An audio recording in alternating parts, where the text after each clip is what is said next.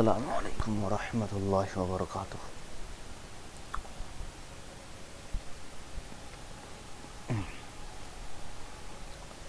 یہ آپ کا الفقہ المیسر جو فقہ کی کتاب ہے، فقہ حنفی کی کتاب ہے، اس کو آج ہم لوگ شروع کرنے والے ہیں۔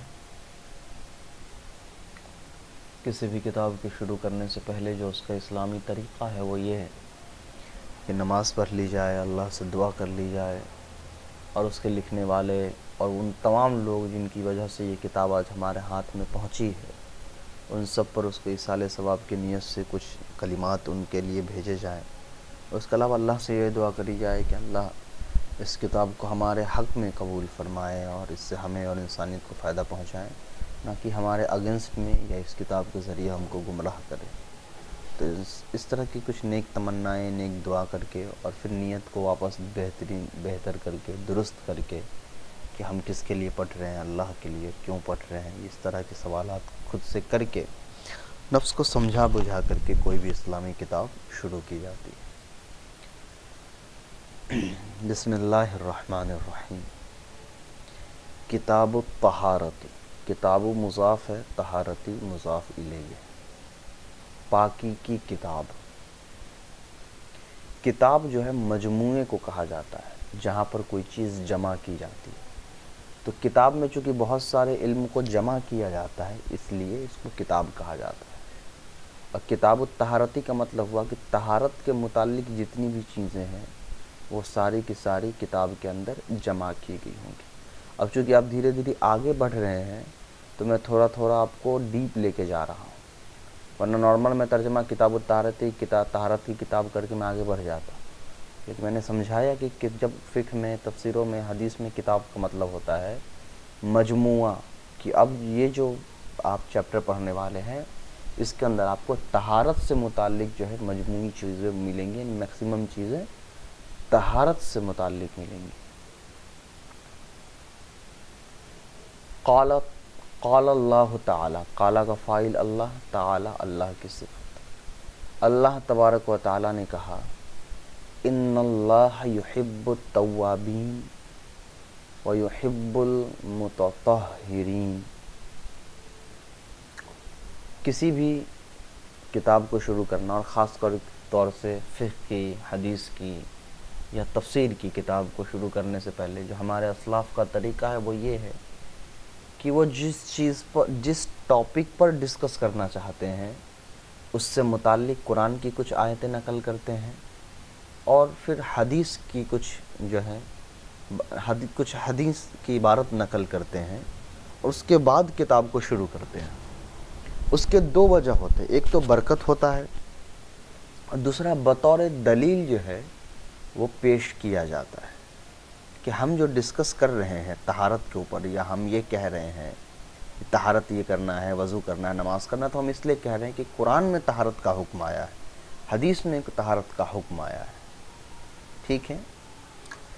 اس کے بعد عام طور پر جو رول ہوتا ہے وہ یہ ہوتا ہے کہ پہلے ہم اپنی کوئی رائے پیش کرتے ہیں، بعد میں اپنی رائے کو ثابت کرنے کے لیے کوئی ریفرنس، کوئی ثبوت پیش کرتے ہیں۔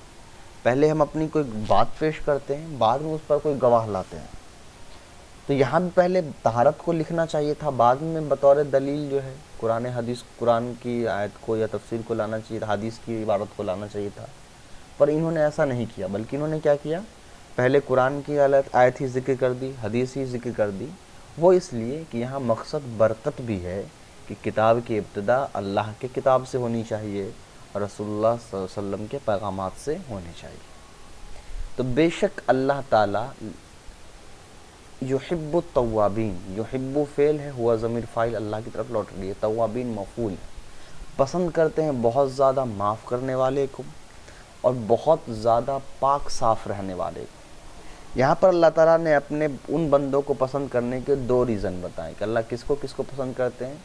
توابین، جو روحانی طور پر توبہ کرتے کرتے روحانی طور پر اپنے آپ کو وہ معاف کرتا، اپنے آپ سے اتنا زیادہ وہ توبہ کرتا ہے کہ اس کی روح جو ہے وہ گناہوں سے پاک رہنے لگتی ہے۔ وَيُحِبُّ الْمُتَطَہِّرِينَ، اور متطہرین جو یہ مبالغہ کا صیغہ ہے۔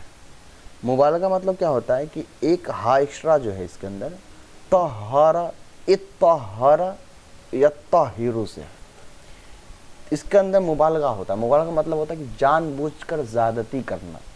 تو یہ جو مطہرین بھی لاتے تو کام بن جاتا، لیکن اس باب سے لانے کا مطلب یہ تھا کہ یہ بتانا تھا کہ جو بہت زیادہ پاک صاف رہنے کی کوشش کرتا ہے، ناپاکیوں سے دور رہتا ہے. یعنی اللہ نے یہاں پر دونوں طرح کی گندگی کا ذکر کیا، روحانی گندگی کا بھی اور جسمانی گندگی کا بھی، اور بتایا کہ سب اللہ تعالیٰ اس سے محبت کرتے ہیں جو جسمانی اور روحانی گندگی دونوں سے پاک صاف رہتا ہے.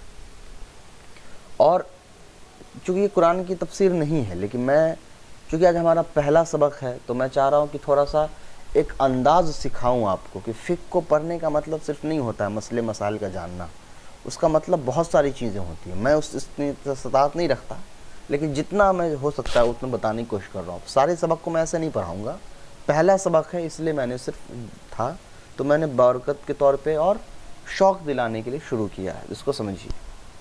اب اللہ تعالیٰ نے یہاں کہا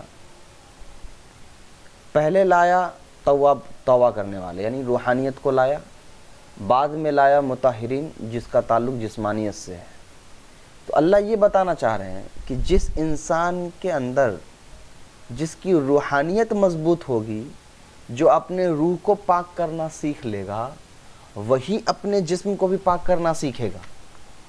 تو جس انسان کا روح جتنا پاک ہوگا وہ انسان اپنے جسم کو اتنا ہی زیادہ پاک رکھے گا. اس باریک کو سمجھ رہے ہیں آپ؟ جو انسان جتنا زیادہ اپنے روح کو پاک رکھے گا وہ انسان اتنا زیادہ ہی اپنے جسم کو پاک رکھے گا. فار ایگزامپل ایک مسلمان دن بھر میں 5 بار وضو کر کے نماز پڑھنے جاتا ہے، لیکن ایک نن مسلم دن بھر میں ایک بار نہا لینا یا 2 بار نہا لینے کو کافی سمجھتے ہیں. اس کے بعد وہ جو اپنی جو ضرورتوں کو پوری کرتے تو اس کے لیے وہ نہانا ضروری نہیں سمجھتے. کیوں؟ ان کے اندر ایمان نہ آنے کی وجہ سے وہ ان کی روحانیت اس درجے نہیں گئی ہے. اور ایک مسلمان چونکہ ایمان والا ہوتا ہے تو اس کی روحانیت ایمان کی وجہ سے اس درجے تک چلی جاتی ہے کہ اس ایمان کی تازگی اس کو اس چیز پر ابھارتی ہے کہ وہ اپنے جسم کو جب بھی وہ ناپاک ہو تو اپنے جسم کو وہ دن میں 5 بار 6 بار پاک کرتا رہے. تو جس انسان اسی لیے کہا جاتا ہے کہ بعض اولیاء اللہ کے بارے میں یہ کہا جاتا ہے کہ وہ 24 گھنٹے وضو میں رہتے تھے اور وضو میں رہنے کی تاکید فرماتے تھے. اور کہا جاتا ہے کہ شیطان کو اس انسان سے سب سے زیادہ ڈر لگتا ہے جو انسان 24 گھنٹہ وضو میں رہتا ہے. کیونکہ وضو میں رہنا یہ صرف چھوٹی بات نہیں ہے، یہ ایک ریفرنس ہوتا ہے کہ وہ 24 گھنٹہ وہ وضو میں اس لیے رہ رہا ہے کہ 24 گھنٹہ اس کے اندرونی جو روحانیت جو ہے، اس کی روح جو ہے وہ 24 گھنٹے کے لیے پاک صاف ہے. تو روحانیت کا اثر اس کے جسم پر پڑتا ہے. جس طریقے سے کوئی ظاہری گناہ کرتا ہے تو اس کے روح کو کمزور بنا دیتا ہے، اسی طریقے سے کوئی انسان اگر اپنے روح کو مضبوط بناتا ہے تو وہ روح پھر اس انسان کے جسم پر اثر ڈالتی ہے. تو روحانیت مضبوط ہونے کی وجہ سے وہ اپنی جسمانیت کو مضبوط کرتا ہے. تو روح چونکہ توبہ کرتے کرتے پاک ہوتا ہے تو اسی طریقے سے اس کا جسم بھی وضو کرتے کرتے غسل کرتے کرتے پاک ہوتا ہے. تو اللہ تعالیٰ نے اسی لیے پہلے لایا توبہ کرنے والے کو، بعد میں پھر یحبو دوبارہ لا کر کے بتایا کہ پاک صاف رہنے والے کو بھی معاف کیا جاتا ہے. وقال رسول اللہ صلی اللہ علیہ وسلم الطہور شطر الایمان، کہ پاکیزگی جو ہے یہ نصف ایمان ہے. اللہ کے رسول نے بہت جگہ بہت ساری چیزوں کو آدھا ایمان ہونے کی وجہ بتائی ہے. کبھی نکاح کو مکمل ایمان بنایا کہ نکاح کرنے والا مکمل ایمان ہو جاتا ہے، تو کبھی پاکی کو بتایا، کبھی صبر ہے، کبھی کچھ اور ہے. تو اس طریقے کی جو بات ہوتی ہے وہ اس کی اہمیت کو بتانا مقصود ہوتا ہے. اور ایمان کا ڈائریکٹ اس سے ایک تعلق ہوتا ہے. جتنی چیزوں کے بارے میں اس کو ڈائریکٹ ایمان سے جوڑا جاتا ہے کہ یہ آدھا ایمان ہے یا ایمان کو مکمل کرنے والی ہے، تو اس کا مطلب یہ ہوتا ہے کہ وہ کوئی چیز بس اس کی اہمیت اتنی نہیں ہے، اس کی اہمیت اس سے کہیں زیادہ ہے کہ وہ ڈائریکٹ ایمان پر اثر کرتی ہے. تو پاکی کو ڈائریکٹ ایمان سے جوڑا گیا یہ بتانے کے لیے کہ پاک ہونا اور ناپاک ہونا یہ دونوں انسان کے ایمان پر اثر ڈالتا ہے. ایک انسان پاک ہوگا تو وہ اس کے ایمان کا لیول کچھ اور ہوگا.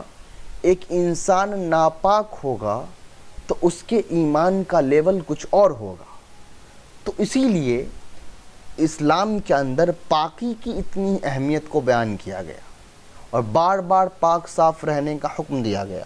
چھوٹی سی ضرورت سے انسان پوری کرتا ہے، اس کے بعد بھی اس کو زیادہ سے زیادہ وضو کروایا جاتا ہے. وہ باتھ روم سے جاتا ہے تو اپنے جسم کے کسی ایک حصے کا استعمال وہ کرتا ہے، لیکن اس کی وجہ سے بھی اللہ تعالیٰ اس کے جسم کے بہت اکثر حصوں کو دھلوایا جاتا ہے. وہ اس لیے کہ یہ ایگزیکٹ ریزن یہ نہیں ہے، بہت ساری چیزیں اللہ کیوں کرواتی ہیں کوئی نہیں کہہ سکتا ہے، لیکن اس کی جو تعویل جو یہ کی جا رہی ہے کہ ایمان کو جب کسی چیز سے جوڑا جاتا ہے تو اس کا مطلب یہ ہوتا ہے کہ ڈائریکٹ امپیکٹ پڑتا ہے ان چیزوں کا اس ایمان پر. تو جب اللہ کے رسول نے یہاں ایمان کو پاکی سے جوڑا، طہارت سے جوڑا، تو اب مطلب یہ ہو گیا کہ پاک ہونا اور نہ ہونا یہ انسان کے سیدھے ایمان پر اثر کرتا ہے، اس لیے ایمان سے جوڑا گیا. اسی طریقے سے نکاح والا اگر حدیث ہے کہ جو انسان نکاح کر لیتا ہے اس کا ایمان کامل ہوتا ہے، تو وہاں بھی اگر نکاح کو ایمان سے جوڑا تو وہاں بھی یہ بتانا مقصد ہوا کہ نکاح کی اتنی اہمیت تھی کہ یہ انسان کے ایمان پر اثر ڈالتی ہے.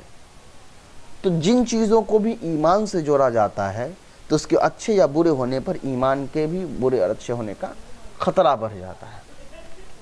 اسی لیے جو دوسرے اثرات ہوتے ہیں وہ چاہے جتنے بھی جادوئی ہوں یا اس طرح کے اثرات ہو، وہ زیادہ تر ان لوگوں پر ہوتے ہیں جن لوگوں کے جو لوگ ناپاک رہنے لگتے ہیں. اسی لیے اللہ کے رسول نے تو ہر وقت کی ایک تو پاک رہنے کا ایک ہے، دوسرا اس کی طریقہ ہے. اور آپ ایسی جگہ جہاں آپ ناپاک ہوتے تو وہاں اس کے جانے کی ایک دعا بھی بتائی گئی کہ جب آپ ناپاکی کی حالت میں بھی اب ایسی جگہ جا رہے ہیں جہاں آپ کو اپنی ضرورت پوری کرنی ہے، آپ ناپاکی کی جگہ بیٹھیں گے وہاں پر، تو وہاں وہ دعا پڑھ کر کے جائے تاکہ فرشتوں کی جو حفاظتی عملہ ہے وہ آپ کو شیطان کے اس اثر سے بچا لے، تاکہ وہ آپ کو وہ نقصان نہ پہنچا سکے. تو یہ ہے جو پاکی کی اتنی زیادہ اہمیت انسان جو ہے اسلام کے اندر ہے کہ پاک کا ہونا نہ ہونا صرف عبادت کے لیے مقصود نہیں ہے. پاک کا نہ ہونا اور ہونا یہ ایمان پر بھی جو ہے وہ دلالت کرتی ہے اور ایمان کے مضبوط اور کمزور ہونے پر بھی دلالت کرتی ہے. تو قرآن کے بارے میں اللہ نے پہلے لایا ان اللہ یحب التوابین و یحب المطہرین، کہ جو روحانیت اپنے توبہ کر کے اپنے روح کو پاک رکھتا ہے اس کو اللہ بہت پسند کرتے ہیں، اور جو پانی سے دھو کر اپنے جسموں کو پاک رکھتا ہے اللہ اس کو پسند کرتے ہیں. اور دوسری حدیث میں آیا کہ ایمان جو پاکی جو ہے وہ نصف ایمان ہے، تو وہ اس لیے اس کو ایمان سے جوڑا گیا یہ بتانے کے لیے کہ پاک ہونا اور ناپاک ہونا یہ دونوں انسان کے ایمان پر اثر ڈالتی ہے. اس کے بعد ہماری یہ کتاب شروع ہو رہی ہے. اس میں مکمل اعراب نہیں لگا ہوا ہے، ایسا بھی نہیں کہ اعراب لگا ہوا ہے پورا، اور ایسا بھی نہیں کہ پورا اعراب نہیں لگا ہوا ہے. کچھ اعراب جو ہیں وہ لگے ہیں، کچھ نہیں لگے ہیں. تو جو نہیں لگے ہیں وہ اس لیے نہیں لگے کہ وہ ایسا لگ رہا ہے کہ وہ ایسا ہے کہ وہ بہت مطلب نارمل چیزیں ہیں. اگر ایک بچہ 9 صرف اچھے طریقے سے پڑھ کے وہ یہاں تک پہنچا ہے تو وہ بہت آسانی سے وہ اعراب لگا سکتا ہے، اس لیے ایسی چیزوں پر اعراب کو نہیں لگایا گیا ہے. اور جہاں کنفیوژن ہوتا ہے کہ یہاں اعراب نہیں لگانے سے کچھ اور مطلب نکل سکتا ہے تو وہاں پر اعراب کو لگا دی گئی ہے. تو سب سے پہلے ہم عبارت پڑھیں گے، اعراب لگائیں گے، اعراب کی وجہ کو جانیں گے، اس کے بعد ترجمہ کریں گے، پھر مسئلے مسائل کو سیکھیں گے. الطہارۃ ہی اساس العبادات فلا تصح الصلاۃ الا بالطہارۃ. طہارت پر پیش اس لیے آئے گا کیونکہ یہ مبتدا ہے. ہی ہمیشہ ایسا ہی ہوتا ہے. اب اساس پر زیر دینے کے لیے حرف جر ہونا چاہیے تھا تو زیر نہیں آئے گا. زبر آنے کی بھی کوئی وجہ نہیں ہے اس لیے کہ یہاں پر کوئی زبر دینے والا کوئی عامل موجود نہیں ہے، اس کا مطلب اس پر پیش ہی آئے گا. اب الف لام پہلے سے لگا ہوا اس پر ہے نہیں تو ہم تنوین ہی لگا سکتے ہیں، الف لام تو اپنے منہ سے لگائیں گے نہیں. تو تنوین لگانے سے پہلے ہم دیکھ لیں ذرا کہ کیا آگے مضاف الیہ بھی بن سکتا ہے. تو مضاف الیہ اگر ہم اس کو بنا دیتے ہیں تو اس کا مطلب اس پر تو تنوین ہم لگا ہی نہیں سکتے. ٹھیک ہے. تو ہی اساس العباداتی، اساس مضاف، عبادتی مضاف. فلا تصحو، تصحو واحد مؤنث غائب کا صیغہ ہے، فائز الصلاۃ ہے اس لیے صلاۃ مؤنث ہے، اس لیے تصحو بھی مؤنث لایا گیا، الا حرف استثناء ہے، با حرف جر ہے، اس لیے طہارت پر زیر ہے۔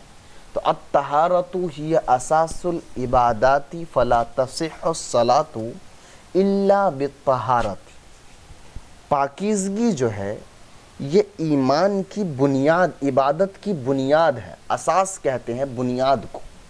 تو پاکی جو ہے، الطہارۃ پاکی، ہی اساس العباداتی، عبادات کے بنیاد ہیں، فلا تصح الصلاۃ، صح یصح درست ہونا، فلا تصح درست نہیں ہوتی ہے، الصلاۃ نماز، نماز درست نہیں ہوتی ہے، الا بالطہارۃ مگر پاکی کے ذریعے سے، یعنی نماز پاکی کے ذریعے ہی درست ہوتی ہے۔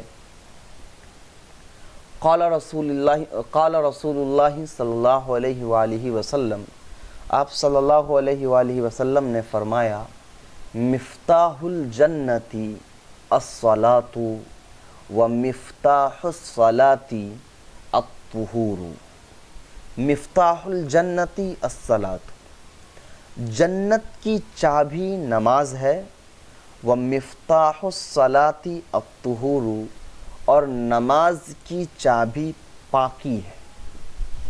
حدیث کی تفسیر کرنا مناسب یہاں نہیں معلوم ہوتا، وہ اس لیے کہ حدیث کی کتابوں میں وہاں اچھی طریقے سے اس کو سمجھیں گے، یہاں لفظی ترجمے سے بھی بات واضح ہے۔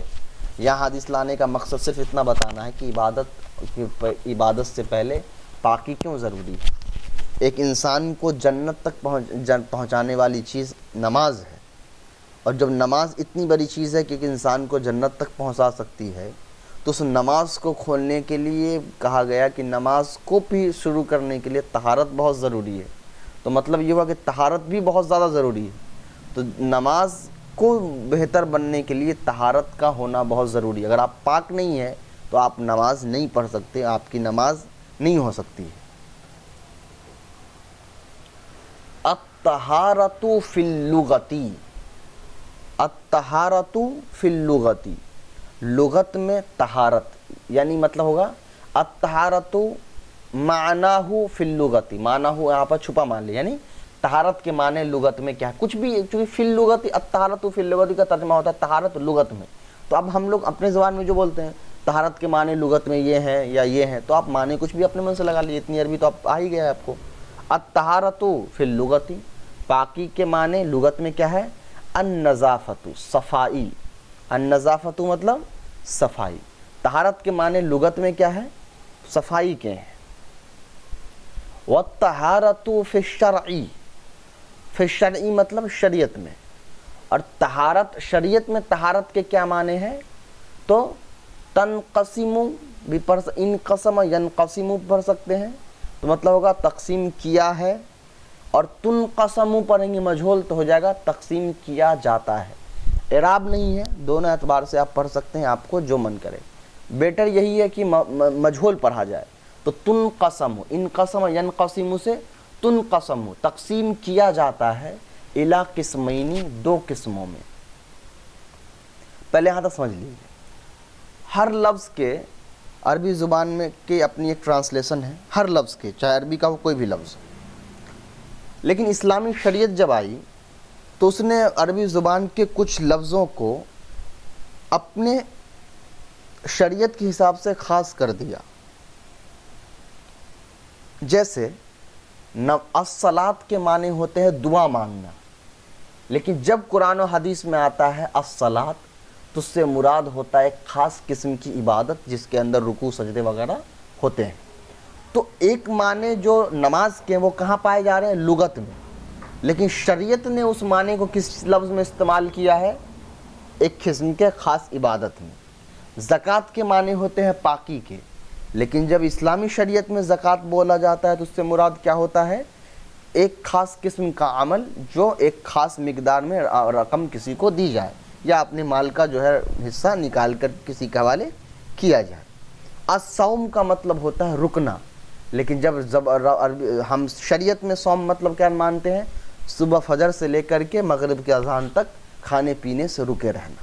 تو یہ شریعت کی اپنی ایک اصطلاح ہے، شریعت نے اپنے لیے کچھ خاص لفظ مقرر کیے ہیں، تو جب وہ لفظ بولا جاتا ہے تو اس میں شریعت کے وہ معنی ہوتے ہیں، لغت میں کچھ اور معنی ہوتے ہیں، ٹھیک ہے؟ تو لغت میں پاکی کے معنی ہے نظافت، صفائی، طہارت کے معنی ہے صفائی کے، لیکن شریعت میں طہارت کے دو معنی ہیں، ٹھیک ہے؟ ایک تو ہے حد سے اکبر، حدث سے پاکی، حدث اس کو دیکھ لیجئے قسمین میں کون کون سے ہیں؟ طہارتم من الحدث، پاکی حدث سے، تسمى الطہارت الحکمیۃ، تو اس کو کہا جاتا ہے طہارت حکمی۔ حدث کہا جاتا ہے وہ چیزیں جو ہماری جو ضرورت ہے جو ہم پوری کرتے ہیں، تو اس سے جو ناپاکی ہوتی ہے، اس ناپاکی کو کہا اس ناپاکی سے پاک ہونے کو کیا کہا جاتا ہے؟ طہارت حکمیہ، ٹھیک ہے؟ اور دوسرا ہے طہارت من النجاست، نجاست مطلب نجاست وہ گندگی جو بالکل آنکھوں سے نظر آ رہی ہے، تو اس پاک گندگی سے پاک ہونے کو کیا کہا جاتا ہے؟ طہارت حقیقیہ، تسمى الطہارت الحقیقیۃ، طہارت حقیقی۔ یہ آپ اس سے پہلے اگر فقہ کی آپ نے کوئی کتاب پڑھی ہے تو حد سے اکبر، حد سے اصغر آپ نے پڑھا ہوگا، حکمیہ اور حقیقیہ، طہارت حقیقی، طہارت حکمی آپ نے پڑھا ہوگا۔ اب میں پھر ایک بار ایکسپلین کر دیتا ہوں اس کو، پھر انشاءاللہ آگے چلیں گے۔ دو قسم کی گندگی ہوتی ہے جس سے انسان ناپاک ہوتا ہے اس شریعت کی نظر میں، ٹھیک ہے؟ شریعت کی نظر میں دو طریقے سے انسان ناپاک ہوتا ہے۔ ایک، خود اس انسان کے جسم کے اندر جو نیچرل انسان کا پروسیس ہے اس کی وجہ سے کوئی چیز باہر آئے تو اس طریقے سے وہ ناپاک ہو رہا ہے، ٹھیک ہے؟ تو اس ناپاک کو کہا جاتا، تو اس ناپاک سے پاکی ہونے کا ایک الگ رول ہے، تو اس ناپاکی سے جو پاکی حاصل، پاک کرنے کا جو طریقہ ہوگا اس کو کہا جاتا ہے طہارت حکمیہ۔ یعنی اگر وضو ٹوٹ جاتا ہے یا ہم پر غسل فرض ہوتا ہے تو اس کا ایک طریقہ ہے، اس کا ایک طریقہ بھی ہے، اور یہ وہ ناپاکی جو ہمارے بدن سے آئی ہے، تو اس کو میں بالکل ایزلی کر کے سمجھا رہا ہوں، اس کو سمجھنے کی کوشش کریے۔ اس میں ایسا کوئی ایسا نہیں کہ سمجھنا چاہیے، نارمل کیٹیگرائز کر کے ہم آگے بڑھ سکتے ہیں، لیکن میں جان بوجھ کے سمجھا رہا ہوں، اس کو سمجھنے کی کوشش کریے، یہ ہمیشہ کام آئے گا۔ دو طرح کی گندگی ہمیشہ ہوتی ہے، ایک ہوتا ہے جو باہر سے ہمارے اوپر لگ جاتا ہے، ٹھیک ہے، اور ایک ہوتا ہے جو خود ہمارے باڈی کے اندر سے باہر نکلتا ہے۔ تو یہ دو طرح کی گندگی ہے۔ تو جو باہر سے جو گندگی ہم پر لگتی ہے اس کو نارمل ہم نجاست وغیرہ کا نام دیتے ہیں، اور ہمارے باڈی کے اندر سے خود جو گندگی نکلتی ہے، جیسے ہم وضو کرنے کے لیے جو وضو ٹوٹنے کی جو ریزن ہے یا غسل کی وجہ سے جو ریزن ہے، تو ان دونوں کے پاک ہونے کے الگ الگ رول ہیں، اسی لیے ان دونوں کے الگ الگ نام رکھے گئے ہیں۔ تو جو ہمارے باڈی سے نکلتا ہے اس کو پاک ہونے کے لیے جو رول ہے، جو نام دیا گیا، وہ دیا گیا طہارت حکمیہ، ٹھیک ہے؟ تو جب کہا جائے گا کہ طہارت حکمیہ کیا ہے، تو مطلب آپ سمجھ جائیے گا اچھا وہ ایسی پاکی کی بات چل رہی ہے جو ناپاکی ہمارے باڈی کے اندر سے نکلی ہے، اور ایسی ناپاکی جو باہر سے لگی یا کسی اور ریجن کی وجہ سے لگی، بہت سارے دوسرے ریزن ہو سکتے ہیں، ہماری انٹرنل باڈی کے انٹرنل آرگنز کا کوئی اس کے اندر جو ہے کام نہیں تھا، تو ایسے ناپاکی کو کہا جاتا ہے طہارت حقیقیہ۔ تو اس میں کیا ہوتا ہے، تو جب آپ سے کہا جائے طہارت حقیقی تو آپ سمجھ جائیے اچھا یہ جو نجاست ہے، یہ جو پاکی ہوگی وہ نجاست سے پاک ہونے کی ہوگی، یعنی وہ ناپاکی نہیں ہے جو ہمارے باڈی کے انٹرنل آرگن سے باہر آتا ہے۔ اب تھوڑا اور آگے میں پڑھاؤں گا تو آپ دونوں یہ چیزیں کلیئر ہو جائیں گی، دیکھ لیجیے۔ امت طہارت من الحدث، تو حدث سے جو پاکی ہے، فتحصل بالوضوء، تو یہ وضو سے حاصل ہو جاتی ہے، او بالغسل، غسل سے حاصل ہو جاتی ہے، او بالتیمم، یا پھر تیمم سے حاصل ہو جاتی ہے۔ کب؟ اذا تعذر استعمال الماء، تو پہلے اعراب سمجھ لیجئے پھر مسئلہ سمجھیے گا۔ اما ہے تو اس تفسیر کے لیے آتا ہے، تو نارمل طہارت پہ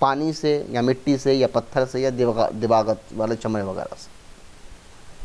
تو یہاں تک آپ کا ایک فرسٹ چیپٹر تھا طہارت، کتاب الطہارت الفقہ المیسر کا. انشاءاللہ کل سے ہم المیہ التی تحصل بها الطہارت، یہ آپ پڑھ کر بھی آئیں تاکہ میں جب دوبارہ پڑھاؤں تو آپ کو سمجھ میں آ جائے.